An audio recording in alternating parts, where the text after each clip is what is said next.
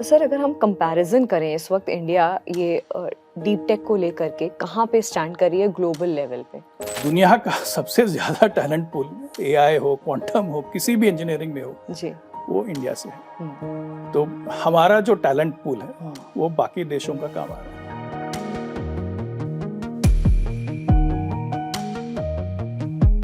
AI for India का जो larger vision है वो क्या है? अगर इस तरह का एआई बनना चाहिए जो भारतीय भाषाओं को एक्यूरेटली रिफ्लेक्ट कर सके, भारतीय कल्चरल कॉन्टेक्स्ट को रिफ्लेक्ट कर सके, हिस्ट्री को रिफ्लेक्ट कर सके, तो वो मॉडल्स भारत में बनना चाहिए। सर डीप टेक की जब हम बात करते हैं ये एक ऐसा टर्म है, अगर मैं लेमैन की भाषा में समझना चाहूँ कि हमारे व्यूअर्स अगर इसको डिकोड कर पाएं तो सर कैसे हम समझें डीप टेक क्या है? पहले तो हम हवाई जहाज कैसे उड़ेंगे वही that itself was a big leap for mankind, right? But balloons आए, उसके बाद फिर प्लेन्स आए, फिर जेट इंजन्स आए जी। और अब छोटे से छोटे ऑब्जेक्ट भी उड़ सकते हैं और उसको हम रिमोटली कंट्रोल कर सकते हैं। जी। तो इसमें सिर्फ इंजीनियरिंग इनोवेशन नहीं चलेगा, इसमें साइंस को अप्लाई करना होगा। जो साइंस के जो प्रिंसिपल्स हैं, वो सिद्धांत हैं, उनको लेकर इनोवेट करना होगा। तो इस तरह के जो नए प्रयोग जो एक तरह से टेक्नोलॉजी को इस तरह से बिल्कुल ही नेक्स्ट लेवल तक ले जाते हैं, ये बेसिकली डीप टेक है। डायरेक्ट टू मोबाइल D2M, इसका फ्यूचर इस टेक्नोलॉजी का आप भारत में कैसा देखते हैं आने वाले वक्त में? बिल्कुल, जो लास्ट मेरा पॉइंट था कि एज पे हमें जी। एआई को लाना है, तो उसके लिए जो एनेबलिंग टेक्नोलॉजी है उस कई हो सकती हैं, उसमें एक डायरेक्ट टू मोबाइल है। सर आने वाले टाइम में एआई पे डिपेंडेंसी और दूसरा सर जॉब किलर जो एआई को कहा जा रहा है, ये सर दो एस्पेक्ट्स पे मैं क्लैरिटी चाहूंगी। हर जो टेक्नोलॉजिकल वेव है उसके साथ हमारे जो बिहेवियर है वो अडेप्ट होता ही रहेगा, उसमें I don't think there is any escaping.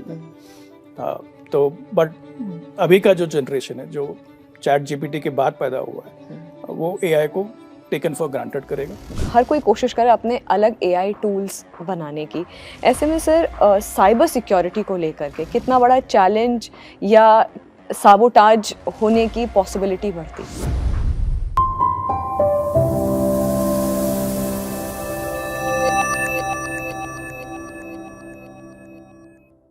नमस्कार, जागरण मंथन में आप सभी का स्वागत है। मैं हूं स्मृति रस्तोगी।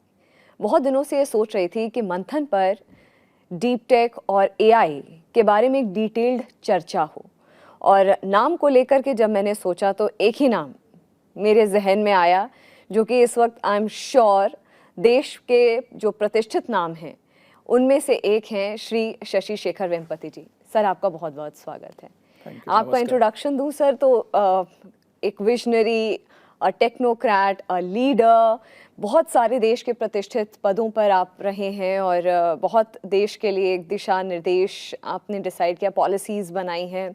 इसके साथ साथ अभी जो आप हैं वो को founder of deep tech for Bharat, इसके आप को फाउंडर हैं, जो कि एक ऑर्गेनाइजेशन है एआई फॉर इंडिया के बिहाइंड ये ऑर्गेनाइजेशन काम कर रही है। आप सभी को बता दें कि बहुत इंटरेस्टिंग काम हो रहा है इस वक्त देश में एआई और डीप टेक को लेकर के। सर डीप टेक की जब हम बात करते हैं ये एक ऐसा टर्म है, अगर मैं लेमैन की भाषा में समझना चाहूँ कि हमारे व्यूअर्स अगर इसको डिकोड कर पाएं तो सर कैसे हम समझें डीप टेक क्या है? देखिए, टेक्नोलॉजी जो है, जैसे साइकिल का उदाहरण लेते हैं जी। पहले जो साइकिल थे वो बस पेडल चलाते, वी कुड राइड देम, फिर आगे चलकर उनमें गेयर्स आ गए। तो ये जो इम्प्रूवमेंट्स हैं वो these are based on engineering, कि हम टेक्नोलॉजी को एक लेवल से दूसरे लेवल, दूसरे लेवल से तीसरे लेवल पर ले गए। जैसे सर पहले बहुत बड़े बड़े कंप्यूटर्स होते थे, एक रूम के बराबर के, फिर अब छोटे से अब तो हमारे वो इंजीनियरिंग इम्प्रूवमेंट्स। जी। पर अब ई बाइक्स आ गए, इलेक्ट्रिक व्हीकल्स, राइट? ई बाइक्स में इट्स अ एकदम से एक लीप फ्रॉग हो गया, क्वांटम लीप हो गया, क्योंकि उसमें बैटरी आ गया। जी। अब उस बैटरी के लिए बहुत सारे उसमें रिक्वायरमेंट्स हैं कि बैटरी छोटा होना चाहिए, हल्का होना चाहिए, आसानी से चार्जेबल हो, बहुत ज़्यादा महंगा भी नहीं हो।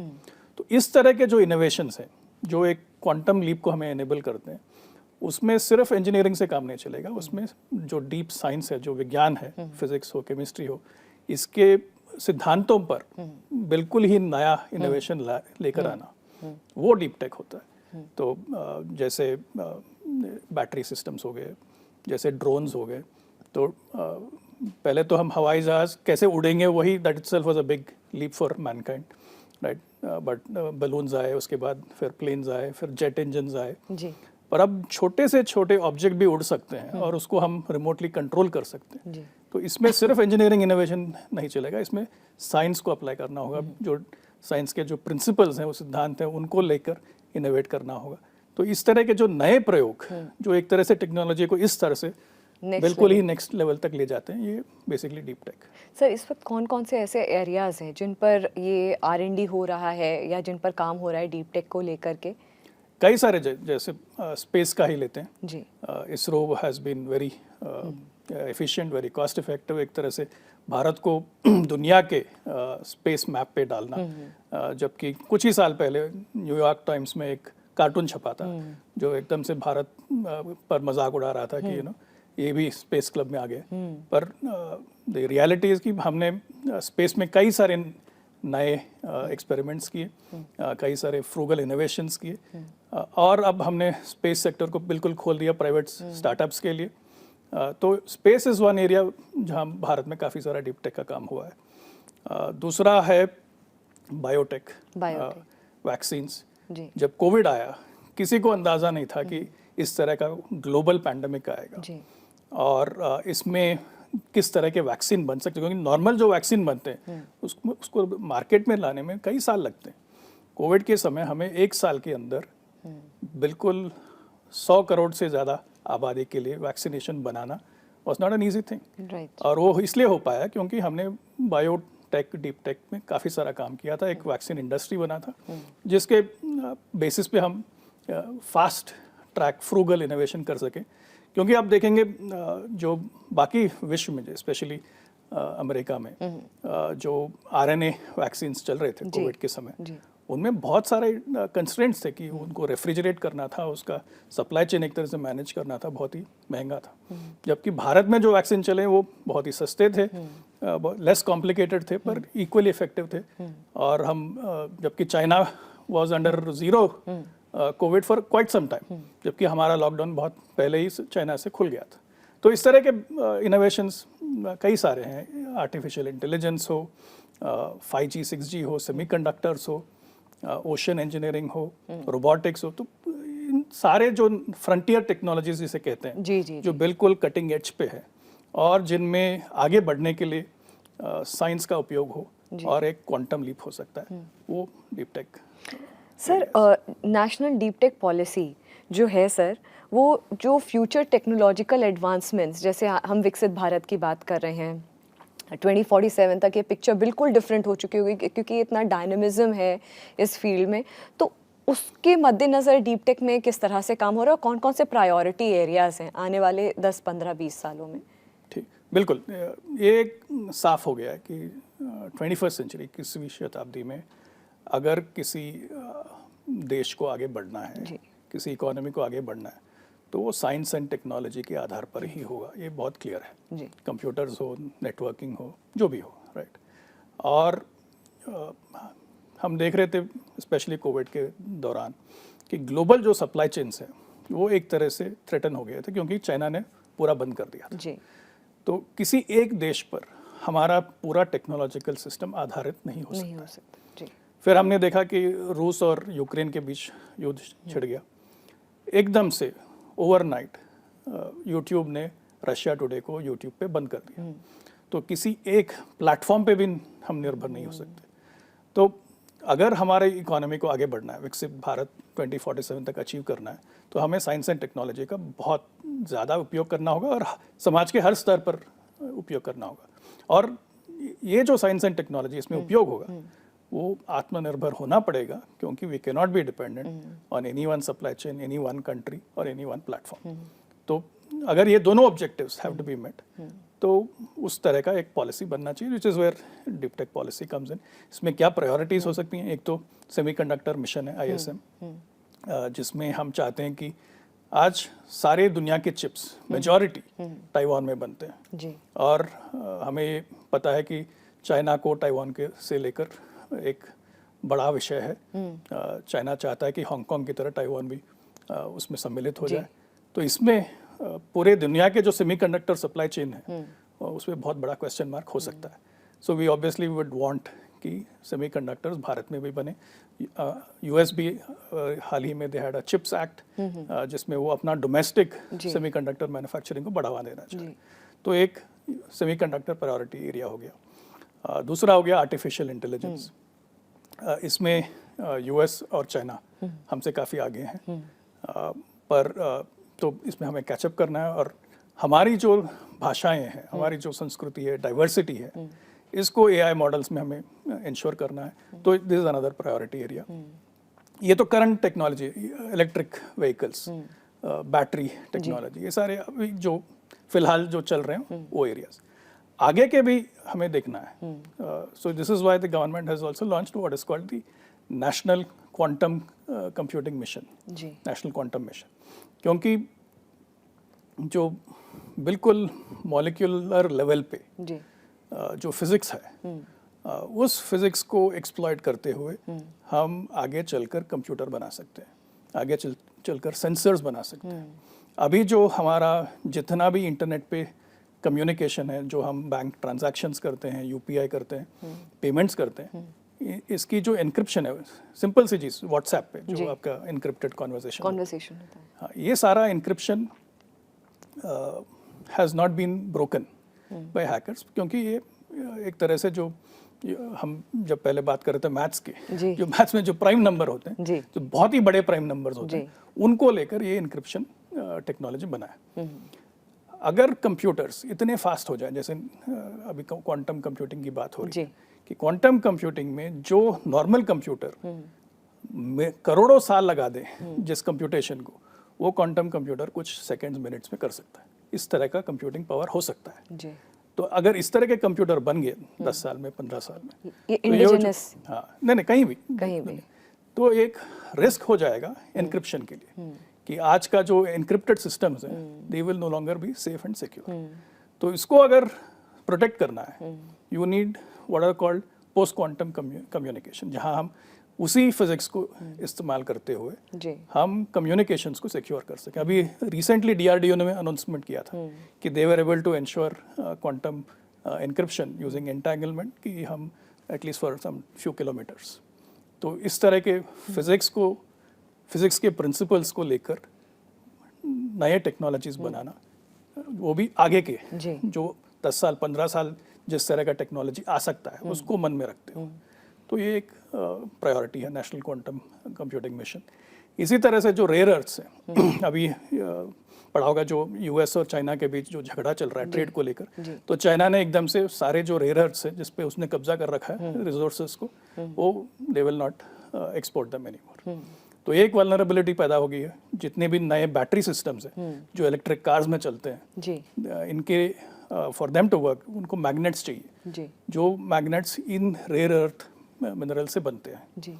तो ये एक बड़ा रिस्क है। तो rare earths becomes another priority area. वैसे ही रोबोटिक्स हो, बायोटेक हो, तो इस तरह से कई सारे प्रायोरिटीज़ हैं जो जिस पे अलग अलग पॉलिसीज गवर्नमेंट बना रही है। सर, अगर हम कंपैरिजन करें, इस वक्त इंडिया ये डीप टेक को लेकर के कहाँ पे स्टैंड कर रही है ग्लोबल लेवल पे? देखिए, हर जो स्पेस है उसमें अलग अलग बेंचमार्क्स हैं। स्पेस में जैसे मैंने उदाहरण दिया था इसरो को लेकर, we are reasonably well. Quantum पे हम अभी कैचअप कर रहे हैं, क्योंकि क्वांटम ऐसी स्पेस है जो जिसमें अब रिसर्च हो रहा है कि जो 10 साल बाद उसमें प्रोडक्ट्स निकलेंगे और सिस्टम्स बनेंगे जो कंज्यूमर एप्लीकेशंस हो या एंटरप्राइज एप्लीकेशंस। तो उसमें हमें काफ़ी रनवे है कि अगर हम अब ठीक ठाक उसमें इन्वेस्टमेंट करें, R&D करें, तो 5 साल में we can set the global. अब AI हो गया। AI का एक बहुत ही विचित्र बात यह है कि आप दुनिया में बेंचमार्क कर लो कि कितने स्टार्टअप्स हैं, तो यूएस का नंबर आएगा पहले, फिर चाइना का आएगा, फिर कहीं इंडिया का आएगा इधर 6th प्लेस या 7th प्लेस। पर अगर आप बेंचमार्क ये मानो कि टैलेंट पूल कहाँ है, तो दुनिया का सबसे ज़्यादा टैलेंट पूल AI हो, क्वांटम हो, किसी भी इंजीनियरिंग में हो, वो इंडिया से है। तो हमारा जो टैलेंट पूल है वो बाकी देशों का काम आ रहा है। तो एक so this is something that our policies have to change, which is what the government is now focused on. कल ही कैबिनेट ने एक बहुत ही बड़ा डिसीजन लिया था जो 1 लाख करोड़ का R&D फंड को सपोर्ट करेंगे, तो इसका एक इम्पैक्ट ये हो सकता है कि जो भारत में स्टार्टअप्स हैं उनको फंडिंग मिले, ताकि ये जो टैलेंट पूल जो सिलिकॉन वैली जा रहा है वो वापस भारत आए और यहाँ इनोवेट करें। Sir, deep tech for Bharat ये एक ऑर्गेनाइजेशन है जो एआई फॉर इंडिया के बिहाइंड है, सपोर्ट कर रहा है, काम कर रहा है, ब्रेन है। सर, अगर मैं समझना चाहूँ कि इस वक्त एआई फॉर इंडिया का जो लार्जर विजन है वो क्या है? देखिए, पहले मैं देश के एआई सिनेरियो की बात कर लेते हैं, क्योंकि AI for India is a small part of that bigger canvas.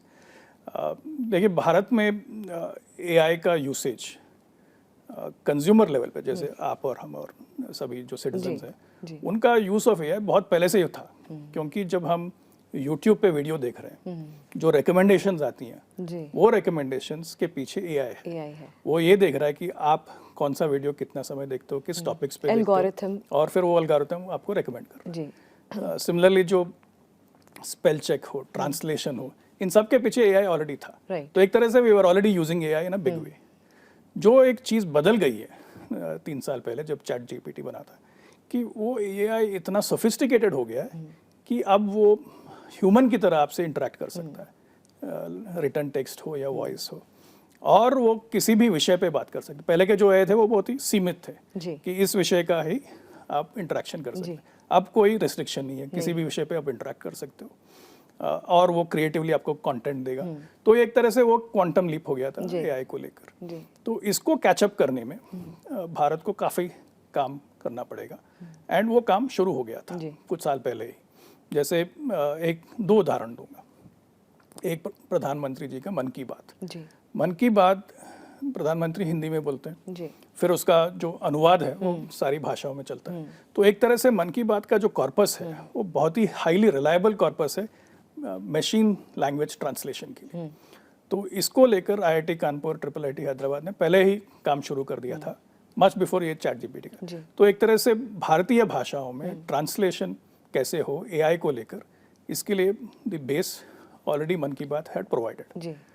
Then जब मैं प्रसार भारती में था, we had taken one decision at the board level कि हम जितने भी दूरदर्शन और ऑल इंडिया रेडियो के आर्काइव्स हैं, हम उसको एआई डेवलपमेंट के लिए उपलब्ध कराएंगे। क्योंकि Akashvani specially has the largest corpus of all Indian languages. इतने सारे बोलियाँ, डायलेक्ट्स हो 100 से भी अधिक, राइट, एंड कई दशकों का कंटेंट है। तो एक तरह से वो एआई के लिए बहुत ही उपयोगी है। तो इस पे आईआईटी कानपुर काम कर रहा था। तो जब ये चैट जीपीटी का मोमेंट आया, हमने देखा कि एकदम से भारत में, because internet access is so free, data cost are so low, हमारे generally the population is tech savvy, हम सभी ने यूज़ करना शुरू कर दिया। और फिर पता चला कि इसमें बहुत सारा बायस है। ये जो मॉडल्स बने हैं बाहर के जितने भी AI models, they were trained on the internet. तो इसमें भारतीय भाषाओं का जो डिजिटल फुटप्रिंट था वो कम था। तो ऑब्वियसली जो हमारी न्यूआंसेस हैं, सटलिटीज़ हैं, जो हमारे कल्चरल सेंसिटिविटीज़ हैं, उनको ये models were not accurately capturing. तो अगर इस तरह का एआई बनना चाहिए जो भारतीय भाषाओं को एक्यूरेटली रिफ्लेक्ट कर सके, भारतीय कल्चरल कॉन्टेक्स्ट को रिफ्लेक्ट कर सके, हिस्ट्री को रिफ्लेक्ट कर सके, तो वो मॉडल्स भारत में बनना चाहिए। We can be dependent on models made outside. क्योंकि सर एक छोटा सा एग्जांपल शेयर करूँगी, कुछ मुझे रिसर्च करनी थी हिस्ट्री को लेकर के। तो उसमें वो जो हिस्ट्री जो मुझे पढ़ने को मिली, मैंने कहा कि चैट जीपीटी से मैं रेफरेंसेस के साथ जल्दी से पढ़ लेती हूँ। तो सर वो हिस्ट्री थी from a foreign perspective, that was not the Indian history from an Indian perspective. So that was something I thought कि जब आप आएंगे शो पे मैं आपको ये चीज़ बिल्कुल, ये बहुत ही बड़ा गंभीर विषय है कि इतना सारा बायस है, क्योंकि ट्रेनिंग डेटा ही बायस था। तो मॉडल तो जिस डेटा पे ट्रेन होगा तो उसी तरह की जवाब देगा, राइट।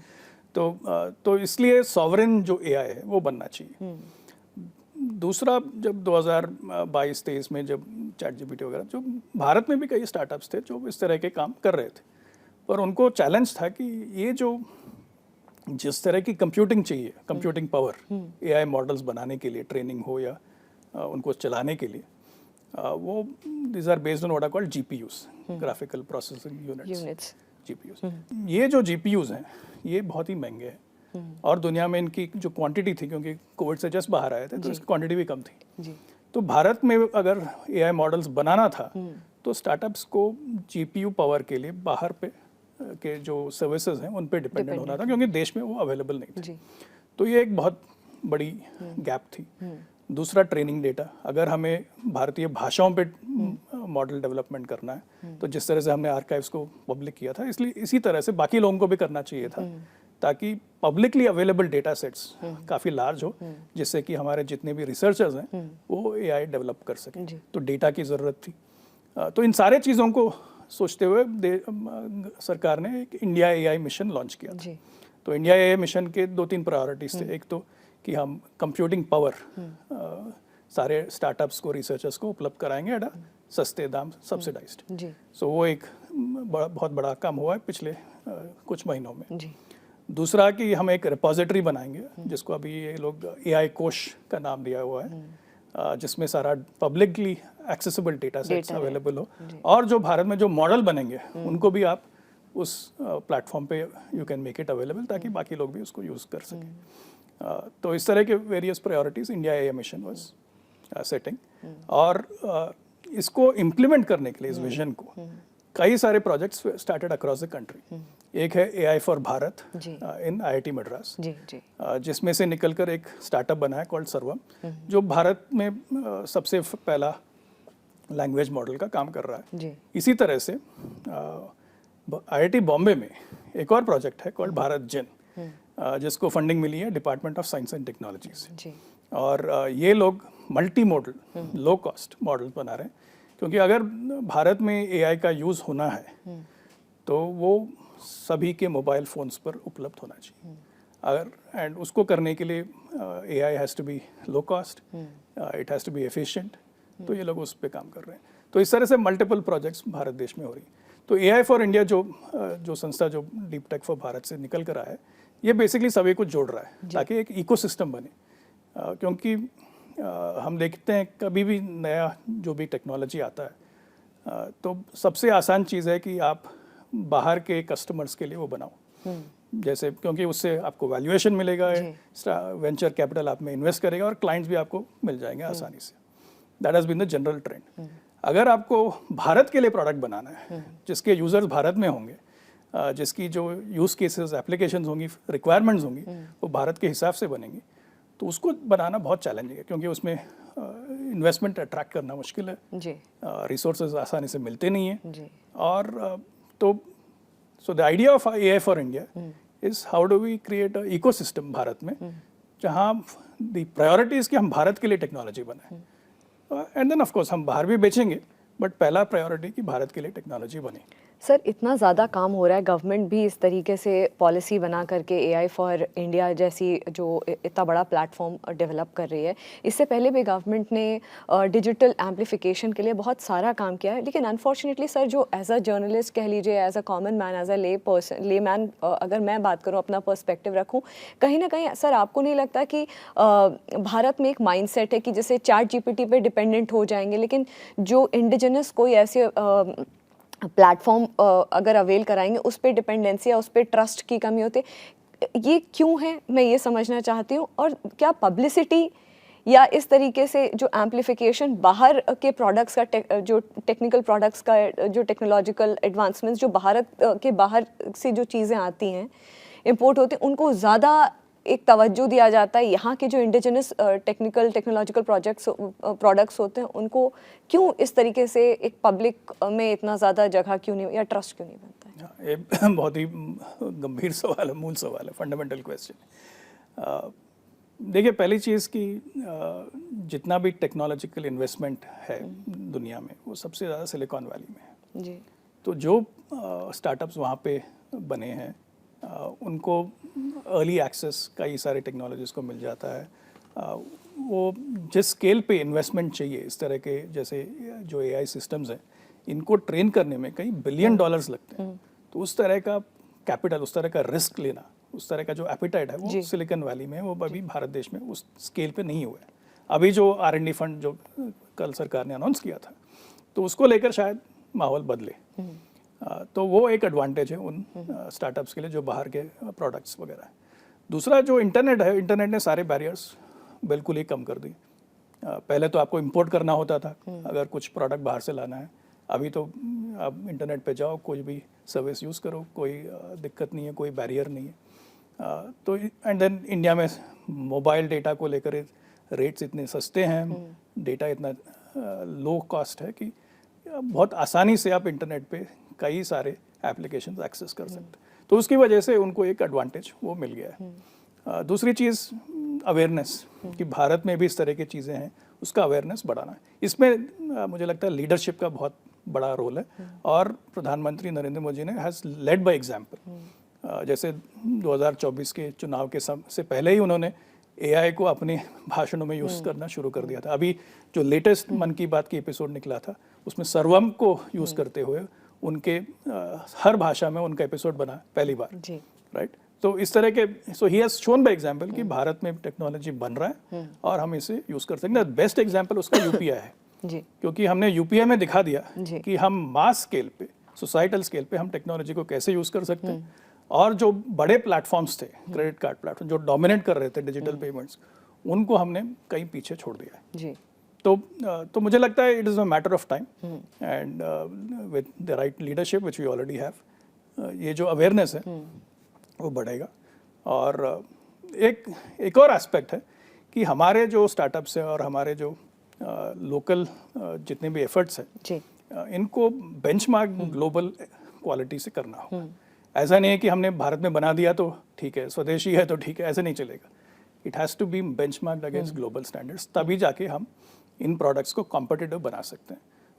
तो ये एक इंटरनल चैलेंज भी है, क्योंकि हम अक्सर देखते हैं कि क्वालिटी को लेकर हम काफ़ी कॉम्प्रोमाइज़ कर देते हैं। प्राइस इज़ फाइन, क्योंकि अगर भारत जैसा जो विकासशील देश में कोई भी टेक्नोलॉजी लाना है तो प्राइस और सेंसिटिविटी तो है ही बिल्कुल, पर ऐसा नहीं है कि हम उस पर क्वालिटी पे कॉम्प्रोमाइज़ करें। इसका बेस्ट एग्जांपल IPL है, क्योंकि IPL में हमने दिखा दिया कि हम ग्लोबल प्रोडक्ट कैसे बनाएंगे और उसको ग्लोबल बेंचमार्क बना देंगे कि सारा विश्व अगर क्रिकेट खेलना चाहता है तो वो भारत देश में आकर खेलेगा, राइट। तो उस तरह का हमें उदाहरण को लेकर सारे जो टेक्नोलॉजिकल प्रोडक्ट्स हैं उनको हमें क्वालिटी पे ध्यान देना पड़ेगा। सर, आपने जैसे ChatGPT को मेंशन किया कि किस तरह से 3 साल पहले जब एक ChatGPT का भी एक रेवोल्यूशन आया था कि people got dependent on ChatGPT, और अब तो ये है कि लोग, एक मैं स्टडी पढ़ रही थी कि ग्रे मैटर और वाइट मैटर, तो कितना लोग इस वक्त ChatGPT पे डिपेंडेंट हैं कि उनका जो ग्रे मैटर है वो एक्टिव कम है। इस तरीके की केस स्टडीज़ भी निकल रहे हैं। सर, आने वाले टाइम में AI पे डिपेंडेंसी किस तरह से आप देश, खासकर जो यंगस्टर्स का हमारा देश है, जिसमें हम लोगों को कहा जाता था लाइब्रेरी जाइए, आप नोट्स बनाइए, ये पढ़िए, यहाँ पे कंटेंट तो बहुत आसानी से, यहाँ तक कि एप्लीकेशन भी अगर लीव की लिखनी है, ChatGPT please type me an application in English and requesting my boss to grant me a leave for 5 days, तो सब कुछ वहीं पे अवेलेबल है। तो डिपेंडेंसी सर, और दूसरा सर जॉब किलर जो AI को कहा जा रहा है, ये सर 2 एस्पेक्ट्स पे मैं क्लैरिटी चाहूँगी आपसे। बिल्कुल, आई थिंक ये बहुत ही रेलेवेंट सवाल है। पहली चीज़ तो जो डिपेंडेंस की बात है, देखिए हर टेक्नोलॉजिकल एवोल्यूशन के साथ हमारे हैबिट्स बदलते गए। मुझे याद है जब मैं पहले IIT बॉम्बे से निकला था इंजीनियरिंग करके, पहली नौकरी दिल्ली में थी, तब तो कोई कंप्यूटर भी नहीं थे ऑफिस में, लोग कागज़ के साथ काम करते थे। You would go sit in a desk और डेस्क में कोई कुछ नहीं है, बस फाइलें हैं, फाइलों को देख रहे हैं। तो वहाँ से लेके आज हम यहाँ तक पहुँच गए कि कंप्यूटर भी आ गया, मोबाइल फ़ोन्स भी आ गए, इंटरनेट आ गया और अब AI भी आ गया। तो हर जो टेक्नोलॉजिकल वेव है उसके साथ हमारे जो बिहेवियर है वो अडेप्ट होता ही रहेगा, उसमें I don't think there is any escaping that. तो बट अभी का जो जनरेशन है जो ChatGPT के बाद पैदा हुआ है, वो AI को टेकन फॉर ग्रांटेड करेगा, बट उसमें वही चैलेंजेस आएंगी कि how do you be competitive, how will you be different. तो उसको लेते हुए आपको डिपेंडेंसी से आगे निकलना होगा कि हाउ डज दैट एनेबल मी, कि मुझे किस तरह से वो बेहतर बनाए। तो आई थिंक वो जब माइंडसेट उनका उसी तरह से फिर शेप होगा कि where AI is not a crutch, it is a tool, it's a weapon that will help me get better, maybe give me super abilities, it will improve my productivity, so I'll become far more productive. Sir एक बार जब एक workshop attend किया था मैंने AI को, तो AI के लिए, तो एक बहुत इंटरेस्टिंग एक सेंटेंस मुझे बोला गया था कि अगर आप एआई को, if you will let AI treat you like AI is a boss, तो you will always work as a subordinate, make it work as your assistant. आप असिस्टेंट की तरह अगर काम लेंगे एआई से, तो it will enable you to perform better, you will be the boss. आपने अपने दूसरे सवाल का जवाब दे दिया यहीं पे कि वो जॉब किलर है या नहीं है, राइट? क्योंकि देखिए जॉब्स तो बदलती रहेंगी, राइट? जो जॉब्स स्टीम इंजन के एरा में थी वो इलेक्ट्रिक ट्रेन्स के एरा में रेलेवेंट नहीं है। उसी तरह से कई jobs will become redundant, some will become, but the nature of jobs will keep changing with technology. और हमें, जैसे आपने यू जस्ट एक्सप्लेन कि you have to look at it as an enabler, as a tool that will make you better, and you have to find new ways of you know making yourself productive, relevant and competitive. तो वो तो हर society को करना पड़ेगा। अब AI में opportunities भी नए निकल सकते हैं। इट्स नॉट जस्ट कि जो पुराने जॉब्स है सिर्फ वो घटते जाएंगे, नए अपॉर्चुनिटीज़ भी खुलेंगे। जैसे एक उदाहरण मैं दूंगा, कोडिंग का उदाहरण लेते हैं, सॉफ्टवेयर प्रोग्रामिंग। तो एक बड़ा विषय ये है कि एआई आपके लिए कोड लिख देगा, सारे प्रोग्रामर्स का काम खत्म हो जाएगा, which is not entirely true. क्योंकि पहली बात, आपको एआई को बताना पड़ेगा कि आपको किस तरह का कोड चाहिए, ये कोड किस प्रोग्राम के लिए है, उस प्रोग्राम में क्या फीचर्स होंगे, उस प्रोग्राम को क्या करना चाहिए। तो ये जो सोच है आपको डालनी पड़ेगी, ये एआई खुद तो करेगा नहीं आपके लिए, राइट? और अगर मान लीजिए आपने ये सब एआई को बता दिया और एआई ने कोड जनरेट भी कर दिया, उसको वेरीफाई कौन करेगा? फिर अगर उसमें गलतियां कौन निकालेगा? Correct, right? फिर जो इसके यूजर्स होंगे उनके फीडबैक्स होंगी, तो ये जो रोल है वो बदल गया इसमें, राइट? तो AI is your partner in doing. अब भारत जैसे देश को लेंगे, इतने सारे भाषाएं, इतनी विविधता है, कई सारे बच्चे हिंदी मीडियम में पढ़ेंगे, तमिल माध्यम में पढ़ेंगे, तेलुगु मीडियम, क्या उन सबको अंग्रेजी सीखना होगा कोडिंग के लिए? आज वो हालत है कि हम, अनलेस आपको अंग्रेजी ठीक से नहीं आएगी, आप you can be an effective coder. अब मान लीजिए Chat GPT has become the benchmark और any of these foreign models, the only effective programmers will be those who can converse with it in English, right? जो अंग्रेजी में उसे interact कर सके। क्या हम ऐसे मॉडल्स बनाए भारत देश में कि कोई भी बच्चा जो रूरल स्कूल से पढ़ा हो, हिंदी माध्यम में पढ़ा हो, वो अपनी भाषा में कोड जनरेट कर सके? तो इस तरह के हमें नए अपॉर्चुनिटीज़ निकालने पड़ेंगे और नए बेंचमार्क इस तरह से सेट करने पड़ेंगे।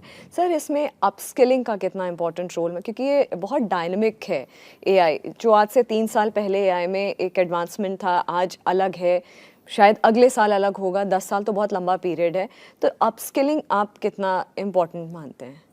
अपस्किलिंग तो बहुत ज़रूरी है, क्योंकि मैं खुद देख रहा हूँ कि हर 2 हफ्ते 3 हफ्ते नए मॉडल्स आ रहे हैं, जो पुराना वर्जन था वो ऑलरेडी ऑब्सोलीट हो गया, और नए मेथड्स निकल रहे हैं इसमें, और इन सबको समझना है कि कौन सा अप्रोच बेहतर है, कौन सा रिलायबल है, इसको समझने में काफ़ी सारा नॉलेज चाहिए।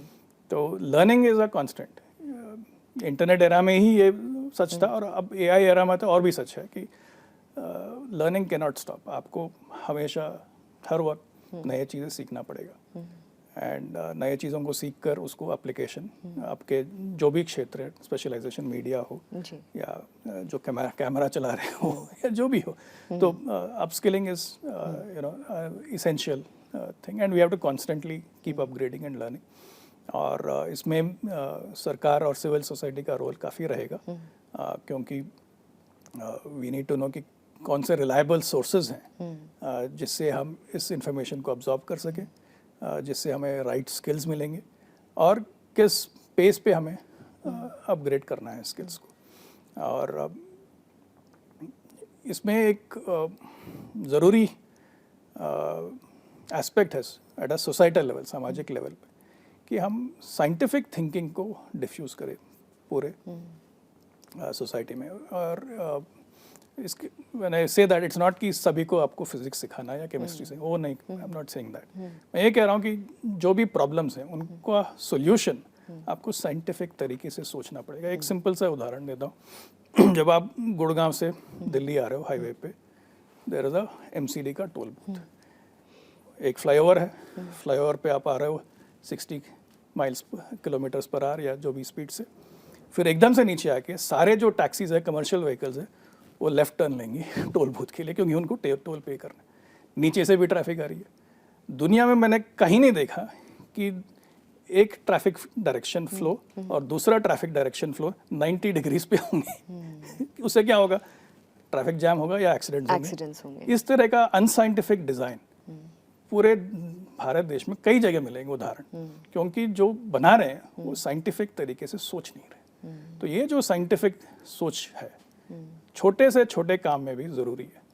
एंड इसमें बहुत बड़ा कॉम्प्लेक्स फिजिक्स और मैथ्स की सीखने की ज़रूरत नहीं है, बस हमें लॉजिक अप्लाई करना, कॉमन सेंस अप्लाई करना है। तो जब तक हम साइंटिफिक थिंकिंग को सोसाइटी में डिफ्यूज़ नहीं करेंगे, we will not be able to take advantage of new technologies. I think so. तो जॉब्स की बात हो, स्किलिंग की बात हो, तो ये तभी होगा जब हम सोसाइटी में एक तरह सा कल्चर बनाएं कि साइंटिफिक थिंकिंग ज़्यादा से ज़्यादा लोगों में हो, जिससे कि नए टेक्नोलॉजीज़ को किस तरह से क्रिएटिवली यूज़ कर सकें, वो एक माइंडसेट बनेगा।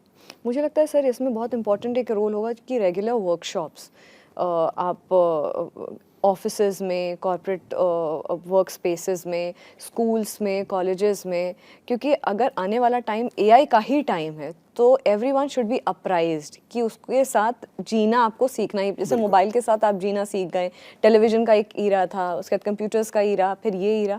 तो मुझे लगता है सर रेगुलर जो वर्कशॉप्स हैं फ्रॉम, जैसा आपने बोला कि पॉलिसी मेकर्स, गवर्नमेंट, इन लोगों का, ब्यूरोक्रेट्स, इन लोगों का एक बड़ा रोल होने वाला है। उनमें भी है, बट उससे ज़्यादा, बिकॉज एक भारत में एक टेंडेंसी है कि हर चीज़ के लिए हम सरकार की तरफ देखते हैं कि सरकार ही हमें बताएगा, सरकार ही हमारे प्रॉब्लम सॉल्व करेगा।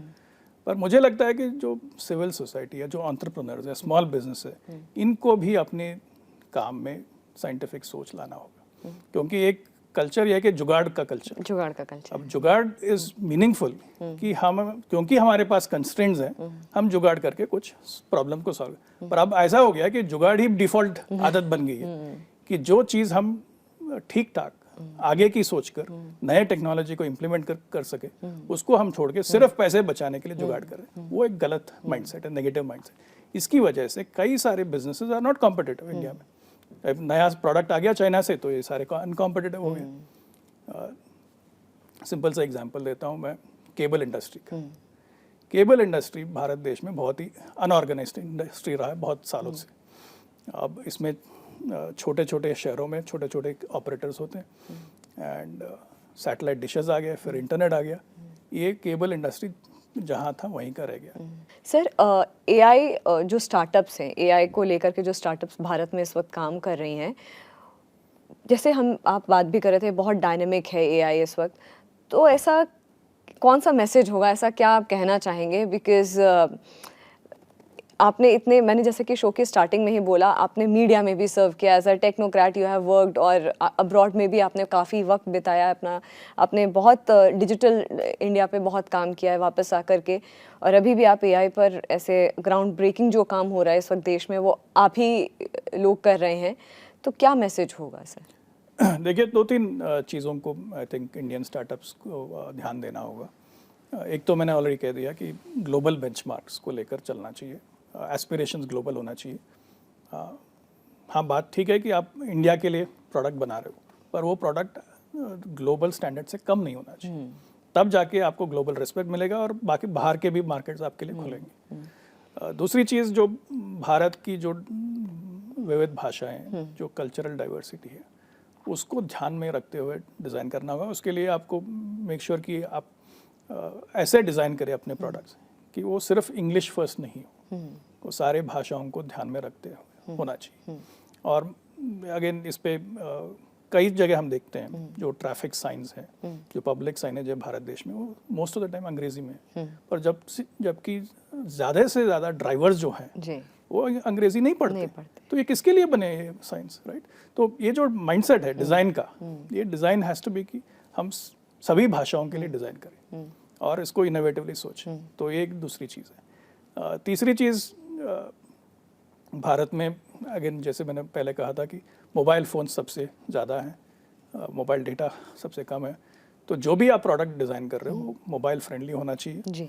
और ज़्यादा से ज़्यादा लोगों को वो अपने मोबाइल से ही काम करे, इस तरह का डिज़ाइन होना चाहिए, जो हम edge, AI at the edge जो कहते हैं जी। क्योंकि अगर उसको इंटरनेट पे कहीं सर्वर पर जाकर इंफॉर्मेशन लाना है तो महंगा पड़ेगा। और कई जो हमारे दूर गांव है, बॉर्डर एरियाज हैं, वहाँ पे आपको सिग्नल नहीं मिलेगी, कहीं कुछ कंस्ट्रेंट्स हो सकते हैं। तो जितना ज़्यादा हम AI को एज पर ले आ सकते हैं भारत देश के कॉन्टेक्स्ट में, वो आई थिंक ज़रूरी है। और जिस तरह का इन्वेस्टमेंट्स सिलिकॉन वैली में है वो भारत देश में नहीं है, वो हमें मालूम है। तो इसको हम कैसे ओवरकम करें? अगर हम इंडिविजुअली इसको सॉल्व करने के लिए ट्राई करें तो वो नहीं होने वाला है, पर अगर हम एक इकोसिस्टम की तरह we come together and we find solutions to the challenges together, तब जाके हम इसको ओवरकम कर सकते हैं। तो वो एक इकोसिस्टम का डेवलपमेंट बहुत ज़रूरी है। सर, एक और पॉइंट जो मैं आपसे बात करना चाहूँगी, कवर करना चाहूँगी शो पे, डायरेक्ट टू मोबाइल, D2M, इसका फ्यूचर इस टेक्नोलॉजी का आप भारत में कैसा देखते हैं आने वाले वक्त में? बिल्कुल, जो लास्ट मेरा पॉइंट था कि जी। एज पे हमें AI को लाना है, तो उसके लिए जो एनेबलिंग टेक्नोलॉजी है उस कई हो सकती हैं, उसमें एक डायरेक्ट टू मोबाइल है। डायरेक्ट टू मोबाइल का जो कॉन्सेप्ट है वो ये है कि जो हमारे पुराने छत पर टीवी एंटेना चलते थे एक ज़माने में, उसी फ्रीक्वेंसी को यूज़ करते हुए क्या हम हर मोबाइल फ़ोन पर ब्रॉडकास्ट सिग्नल्स को पहुंचा सकें। तो उससे दो चीज़ें होंगी। एक तो आप सीधा लोगों के मोबाइल फ़ोन्स तक ब्रॉडकास्ट कर सकते हो इन्फॉर्मेशन को, जो टीवी पे जा रहा है, केबल हो या सैटेलाइट डिश से हो, वो अब मोबाइल फ़ोन पे सीधा आ सकता है। दूसरी चीज़ ये क्योंकि ये ब्रॉडकास्ट फ्रीक्वेंसीज पे आ रहा है, इसका मोबाइल डेटा पर, इंटरनेट पर डिपेंडेंसी नहीं होगी। तो इससे एक तो आपकी बचत होगी जो डेटा कंजम्पशन की, जो इंटरैक्टिव एप्लीकेशंस हैं उस पे आप अपना मोबाइल डेटा यूज़ कर सकते हो। जो ब्रॉडकास्ट है, वन वे है, उसको आप ब्रॉडकास्ट पे रिसीव कर सकते हो। जैसे क्रिकेट मैच हो गया, अब अगर 10 लोग देख रहे हैं या 100 करोड़ लोग देख रहे हैं उसी मैच को, ब्रॉडकास्ट पे उसका कोई फ़र्क नहीं पड़ेगा। बट अगर वही चीज़ आप स्ट्रीमिंग पे देख रहे हो तो फ़र्क पड़ेगा, क्योंकि 10 लोगों का ट्रैफिक अलग है, कम है, 100 करोड़ लोगों का ट्रैफिक ज़्यादा है, राइट। तो इस तरह की चीज़ें जो कई सारे लोग एक साथ किसी चीज़ को कंज्यूम कर रहे हैं या देख रहे हैं, उनके लिए ब्रॉडकास्ट ऑप्टिमल हो जाता है। तो हमारे देश के लिए वो बहुत तीसरा इसका एक एडवांटेज ये है कि जो कई सारे ऐसे घटनाएं होती हैं, जैसे कश्मीर में जब 370 को निकाल दिया गया था, तब इंटरनेट बंद कर दिया था। जब नू में कुछ वायलेंट घटनाएं हुई तब इंटरनेट बंद हुआ था, या 4G 5G बंद हो गया था। तो उस समय पे सरकार को अगर आप तक सही इंफॉर्मेशन पहुंचाना है, जैसे कोविड के समय पे, तो उसके लिए ऑपरेशन सिंदूर के समय जितना सारा डिसइंफॉर्मेशन चल रहा था, तो अगर सरकार को ऑथेंटिक रिलायबल इंफॉर्मेशन हर नागरिक तक पहुंचाना है, नेशनल इंपॉर्टेंस जो मैसेजेस होती हैं, प्रधानमंत्री जी के जो स्पीचेस होती हैं, इस तरह की चीज़ें, तो उसके लिए direct to mobile is very irrespective of internet direct और एनी नेटवर्क। क्योंकि हमने देखा जब भी कोई हादसा होता है, सबसे पहले जो चोक हो जाती है मोबाइल फ़ोन्स, क्योंकि हर कोई अपने रिश्तेदार, अपने परिवार वालों को फ़ोन कर रहा है कि सब ठीक है या नहीं है, राइट। तो सेल फोन नेटवर्क्स उस काम के लिए ठीक है, क्यों हम उस पर और भी बर्डन डालें। तो इस तरह का जो इन्फॉर्मेशन डिसमिनेशन है वो अलग से हो जाए। सर, इसमें जैसे कि आपने बोला कि मिस इन्फॉर्मेशन की आपने बात करी कि जब इन प्लेटफॉर्म्स का सही यूसेज नहीं होता है तो मिस इन्फॉर्मेशन फैलने की सबसे ज़्यादा एक एस्पेक्ट बढ़ जाता है। आपने काफ़ी लंबे समय तक, ये थोड़ा समय हट रही हूँ इस वक्त D2M की जो हम बात कर रहे थे, आपने काफ़ी लंबे समय आपने मीडिया में भी आपने बिताया है और ये कंटेंट और कंटेंट डिलीवरी बहुत करीब से देखा है। और ख़ासकर जो अभी ऑपरेशन सिंदूर हुआ, जिस तरह से एक पूरा नैरेटिव चेंज हुआ था भारत के स्टैंड को लेकर के, क्या हम AI का भारत बेटर यूज़ कर सकता था? क्या हम we were a clear winner, we are a clear winner, लेकिन क्या हम अपने आप को, क्या ये जो नैरेटिव जो था बेटर प्रोजेक्ट कर सकते थे AI की बेहतर मदद ले करके? बिल्कुल, आई थिंक ये पहला जो कॉन्फ्लिक्ट है और एक तरह से हमारे जनरेशन के लिए और ये ऐसे माहौल में हुआ जहाँ नागरिक जो है, सिटीजन जो है, वो सिर्फ ऑब्जर्वर्स नहीं है, वो पार्टिसिपेंट्स भी हैं, क्योंकि वो देख रहे हैं कि ड्रोन आ रहा है, कुछ हादसा हो रहा है, उसके वीडियो बना रहे हैं, उसको व्हाट्सएप ग्रुप्स पे डाल रहे हैं, एक तरह से चर्चा हो रही है। तो ये जो इन्फॉर्मेशन थिएटर एक नया थिएटर बन गया, जैसे लैंड हुआ, नेवल हुआ, एयर थिएटर था, स्पेस भी एक तरह से थिएटर है, अभी इंफॉर्मेशन वॉरफेयर भी एक थिएटर बन गया।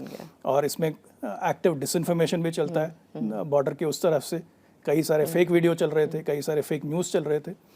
तो इसको मैनेज करना इस एरा में, एआई वाले एरा में बहुत ज़रूरी है, और इस पे हमें बहुत गंभीर से सोचना चाहिए कि इसमें किस तरह के पॉलिसीज़ हों, किस तरह का ट्रेनिंग हो। जैसे उस समय जो ब्लैकआउट्स हो रहे थे, मॉक ड्रिल्स हो रहे थे सिटीजन सेफ्टी को लेकर, उसी तरह से आई थिंक इन्फॉर्मेशन थिएटर में भी हमें कुछ ड्रिल करना होगा, कुछ ट्रेनिंग देना होगा लोगों को कि किस तरह से आपको कंडक्ट करना चाहिए अपने आप को सोशल मीडिया पे, ताकि आप एक तो देश में जो शांति है वो बनाए रखें, और दूसरा you are not adding the enemy, right. तो जैसे मीडिया का कोड ऑफ कॉन्डक्ट होता है, वैसे भी सिटीजन्स का भी सोशल मीडिया पे कुछ कोड ऑफ कॉन्डक्ट होना चाहिए।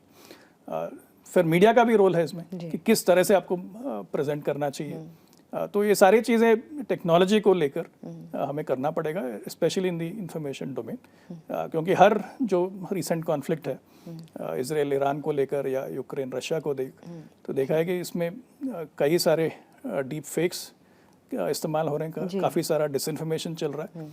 तो इसको टैकल करने के लिए हमें टेक्नोलॉजी, एआई का और D2M और सारे जितने भी नए टेक्नोलॉजीज़ हैं उनको यूज़ करना होगा।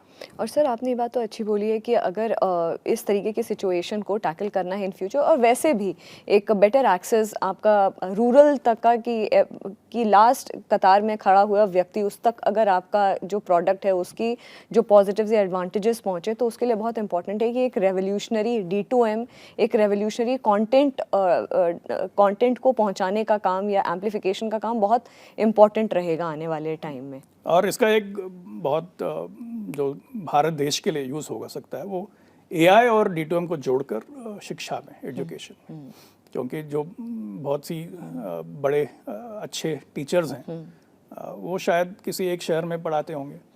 अगर हम उनका जो टैलेंट है उसको एआई के माध्यम से कई भाषाओं में उपलब्ध कराएं और D2M के माध्यम से हर बच्चे तक पहुंचाएं, तो एक तरह से जो नेशनल एजुकेशन पॉलिसी NEP का जो विजन है वो रियलाइज होगा। सर लास्ट क्वेश्चन है कि इस वक्त देश में क्या है कि बहुत सारे युवा हैं और कोडिंग वगैरह स्कूल लेवल से ही पढ़ाने की कोशिश पढ़ा रहे हैं, अलग अलग वर्कशॉप्स हो रहे हैं। ऐसे में सर हर कोई कोशिश करे अपने अलग AI टूल्स बनाने की।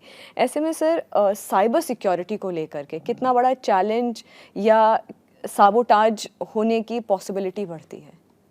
देखिए, जितना टेक्नोलॉजी ज़्यादा यूज़ होगा, जितना ऑटोमेशन होगा, उसमें रिस्क्स भी बढ़ेंगे, स्पेशली सिक्योरिटी को लेकर। और साइबर सिक्योरिटी अवेयरनेस बहुत ही ज़रूरी है भारत देश में, क्योंकि हम अनजाने में काफ़ी सारे चीज़ें यूज़ कर लेते हैं।